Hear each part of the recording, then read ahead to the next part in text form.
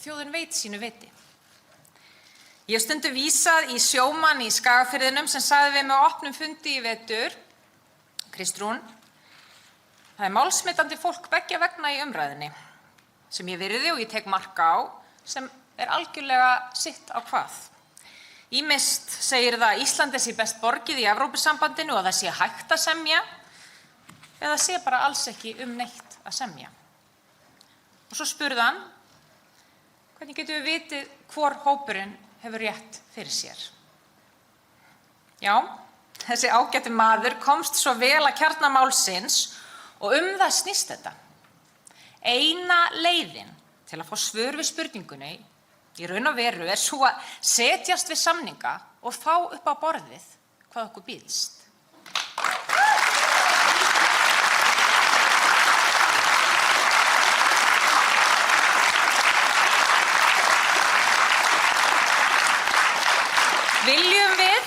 Viljum við sjá samning, þó það útheimti að sjálfsögðu tíma og athygli að sækja góðan samning, eða viljum við það ekki? Það er ekki nein brella að benda á þetta. Þetta er beinlínis kjarni málsins. Og nákvæmlega þess vegna erum við að bjóða þjóðinni þetta tækifæri til að vísa veginn og ákveða hvort við könnum nánar kosti þess að Ísland gerist fullgildur aðili að Evrópusambandinu. Ég hitti líka eldri konu úr Hafnarfirði í IKEA skömmu eftir að boðað var til kosningana. Þegar sem mest var reynt að teygja það og toga það hvað er raunverulega verið að spyrja á kjörseðlinum, sem sagði: Kristrún, ég skil þetta alveg. Ég þarf ekki neitt doktorspróf til að skilja þessa spurningu, sagði hún. Ég veit nákvæmlega hvað þetta snýst. Þó það hafi nú aldeilis verið reynt að hræra í haustum á fólki, stundum með alveg hreint ótrúlegu formstagli og útúrsnúningum. En spurningin á kjörseðlinum er einföld. Þannig að allar tilraunir til að rugla fólk í rýminu hafa verið afgreiddar með almennri skynsemi. Fyrst var sagt: þjóðin má ekki kjósa þetta mál. Og alls ekki núna á þessum tímapunkti. Svo var sagt: þetta er kosning aðild, aðlögun. Og við vitum allt Evrópusambandi og það er ekki hægt að fá neinar undanþágur. Allt þetta hefur verið afgreitt með almennri skynsemi. Þetta er ekki kosning aðild og ekki aðlögun, en það verður önnur þjóðaratkvæðagreiðsla aðildarsamning ef niðurstaðan verður já í þeirri fyrri. Og við vitum einmitt ekki allt það hvernig slíkur samningur gæti litið út, eins og er svo augljóst af umræðunni og þeim spurningum sem brenna á fólkinu í landinu þegar máli best í tal. Það kemur í ljós þegar það er búið að semja. En við vitum að það er til fjöldi fordæma fyrir undanþágum í aðildarsamningum ríkja innan Evrópusambandsins. Og nú er sagt að það sé verið að blekkja þjóðina. Með áróðri því að já til að sjá sé ekki góð og gild afstaða fjölda fólks, heldur einungis sniðug brella. Og fólkið í landinu láti blekkjast. Takið eftir að allur þessi málflutningur byggir á sömu forsendunni að þjóðin geti bara ekki skilið þetta mál og geti bara ekki verið færum að taka svona ákvörðun með þjóðaratkvæði. Því miður hafa helstu foringjar neyliða fallið í þessa gryfju. En það afhjúpar ekkert nema þeirra eigin viðhorf til fólksins í landinu.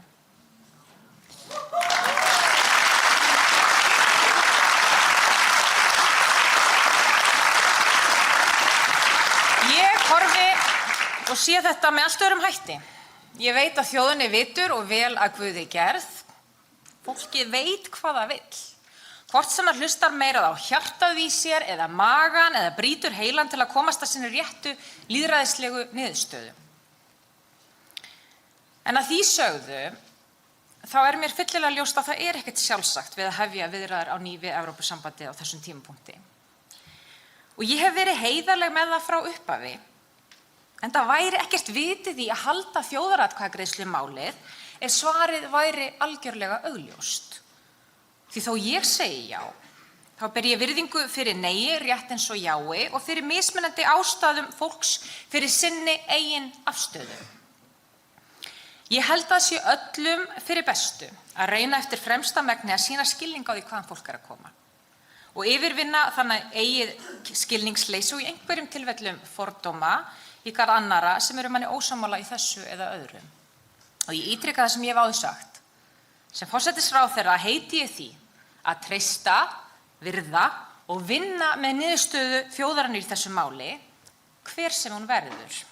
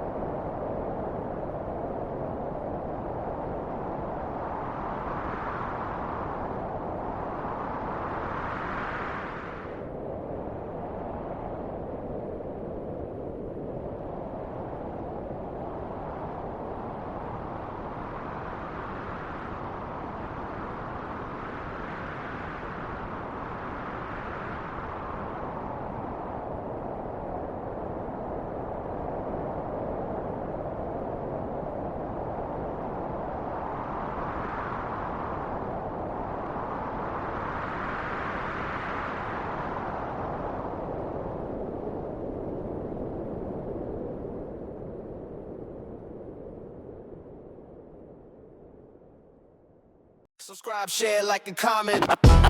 Subscribe, share, like, and comment. Subscribe, share, like, and comment. Subscribe, share, like, and comment. Subscribe, share, like, and comment.